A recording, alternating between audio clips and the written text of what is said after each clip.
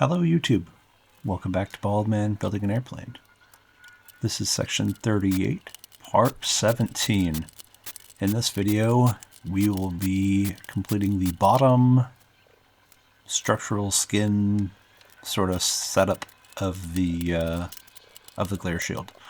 I was just looking at my builder's log, and this is approximately hours 43 through 45, maybe a little bit more than that, of 114 hours total it took to make this canopy.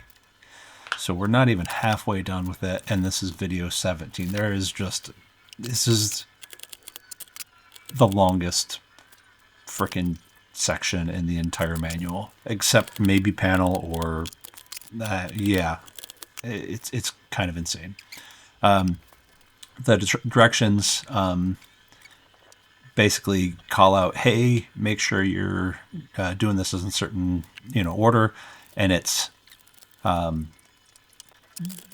basically just ream the holes up to final size, but only one at a time, and then immediately rivet them.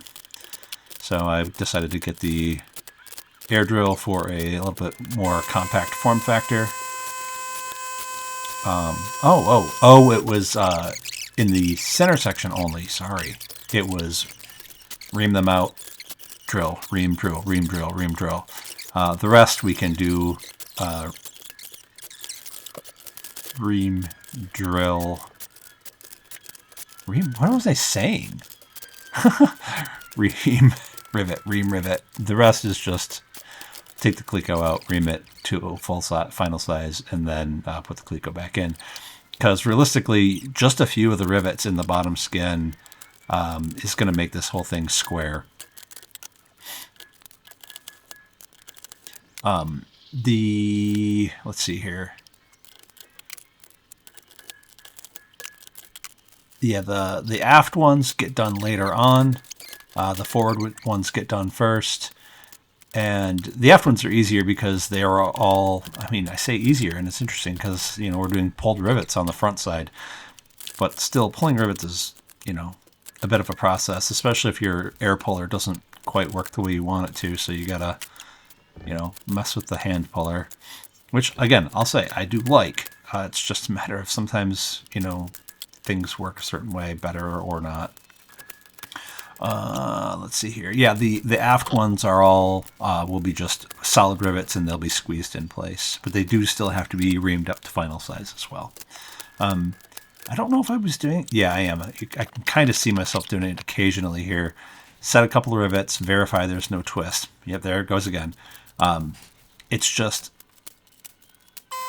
At this point, it shouldn't be twisting because we've set quite a few of the rivets into that skin, and those aft clecos are holding things pretty tightly. It's just an insurance thing. Realistically, once you start setting the aft rivets, you're going to be creating a box, and that's really just going to put everything super solid.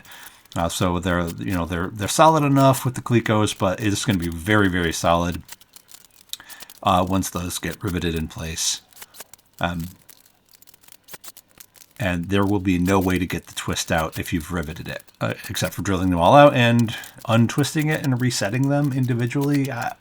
I can't imagine having to, go through that. That'd be kind of a nightmare. Let's see here. Anything else to add on this process? Not really. It's just, one thing I saw or didn't see is I didn't see myself going back and adding any, hitting it with a hammer or, punching it.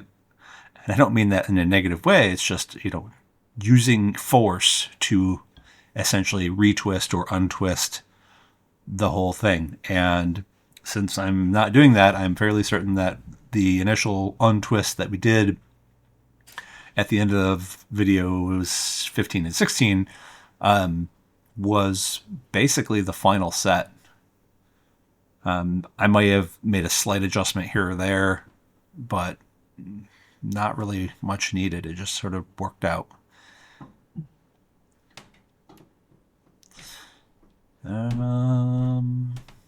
Yeah, that's pretty much it. We're just gonna pop rivet this bottom skin, or the inner skin, to the forward rail, which is the thing we did originally.